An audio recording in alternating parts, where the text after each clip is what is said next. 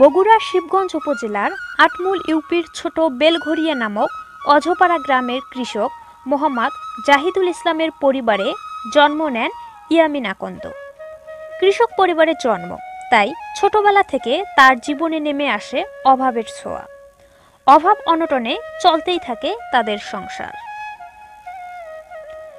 সংসারে অভাব অনটন থাকার কারণে অষ্টম শ্রেণী পর্যন্ত পড়াশোনা করে লেখাপড়ার হাল ছেড়ে দেয় ইয়ামিন এবং পরিবারকে আস্তে আস্তে সাহায্যের হাত বাড়ায়।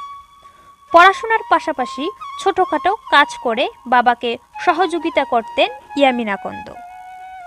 কিন্তু বড় ভাই এবং বাবার স্নেহ ও ভালোবাসার কারণে আবারও শুরু হয় ইয়ামিনের জীবনযুদ্ধ। মাধ্যমিক সম্পন্ন করেন কিকস দ্বিমুখী উচ্চ বিদ্যালয় থেকে। Armed police battalion public school and college শেষে পাড়ি জমান ঢাকা শহরে। জীবনের সফলতা বয়ে আনার তাগিদে ঢাকা বিশ্ববিদ্যালয়ের অধীনে বাংলা কলেজে হিসাব বিজ্ঞান সাবজেক্টে সেশন জট জটিলতা থাকার কারণে তিনি তার সময়কে সঠিকভাবে ব্যবহার করে বিভিন্ন সময় বিভিন্ন স্বল্পকালীন কোর্স সম্পূর্ণ করেন। এই কোর্সগুলো সম্পূর্ণ করতে তাকে অনেক কষ্ট করতে হয়েছে। এমনও দিন গিয়েছে অনাহারে থাকতে হয়েছে তাকে। টাকার অভাবে কয়েক কিলোমিটার পায়ে হেঁটে ক্লাসে উপস্থিত হয়েছে। তারপরও তিনি ন্যাশনাল স্কিল সার্টিফিকেট লেভেল 1, 2 এবং 4 অর্জন করেন। তারপর তিনি নিয়োগপ্রাপ্ত হন বাংলাদেশ কারিগরি বোর্ডের আন্ডারে একজন ফুড প্রসেসিং অ্যান্ড কোয়ালিটি কন্ট্রোলের মূল্যায়নকারী হিসাবে, যাকে বলা হয় অ্যাসেসর। এর পাশাপাশি তিনি কালিনারি ইন্ডাস্ট্রির উপর বিভিন্ন প্রতিযোগিতায় পেয়েছেন 10-এর অধিক মেডেল এবং অ্যাওয়ার্ড।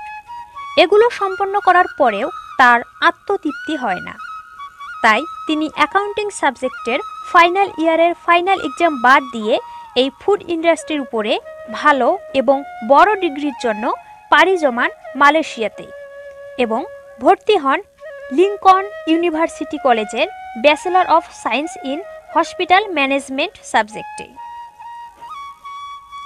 সেখানে পড়াশোনার পাশাপাশি জব করেন বিভিন্ন রেস্টুরেন্টে শেফ হিসাবে। এদের মধ্যে উল্লেখযোগ্য Italian restaurant, fine dining restaurant এবং intercontinent 5 star hotel. Intercontinental 5 star hotel থেকে অর্জন করেন বেস্ট এমপ্লয়ি অ্যাওয়ার্ড 2023। তারপর অধিক এক্সপিরিয়েন্স এবং জ্ঞানের জন্য চলে যান আমেরিকাতে। বর্তমানে তিনি অবস্থান করছেন মায়ামি, ফ্লোরিডা রাজ্যে।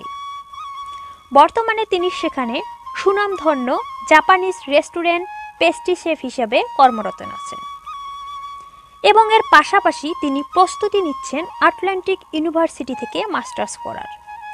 এছাড়াও তিনি বিভিন্ন সামাজিক কর্মকাণ্ডের সঙ্গে যুক্ত আছেন এবং বিভিন্ন অর্গানাইজেশনের সঙ্গে ওতপ্রোতভাবে জড়িত। এছাড়াও তার প্রফেশনাল ইন্ডাস্ট্রিতে বিভিন্ন অ্যাসোসিয়েশনের সঙ্গে তিনি যুক্ত। তার ভিতরে উল্লেখযোগ্য American culinary federation, chef unity Bangladesh, chefs federation of Bangladesh. 2024 সালে তিনি তার ফুড ম্যাগাজিন এবং রেসিপি বুক পাবলিশ করেছেন। তার এই পথ চলা সহজ ছিল না, কিন্তু অনেক ধৈর্য এবং পরিশ্রমের ফলে আজকে তিনি এই অবস্থানে। ইয়ামিন আমাদের জানান, আমি যুব সমাজকে বলতে চাই, পরিশ্রম ছাড়া সফলতা অর্জন করা যায় না, তাই পরিশ্রমের কোনো বিকল্প নেই সফলতা অর্জন করতে। সাকসেসের ডেফিনেশন কি আমার জানা নেই। যেটা জানা আছে সেটা হচ্ছে সাকসেস হতে হলে আপনাকে পরিশ্রম করতেই হবে, পরিশ্রমের কোনো বিকল্প নেই। হসপিটালিটি ইন্ডাস্ট্রি হচ্ছে সম্ভাবনাময় ইন্ডাস্ট্রি। এই ইন্ডাস্ট্রির ভিতরে অনেকগুলো সেক্টর আছে।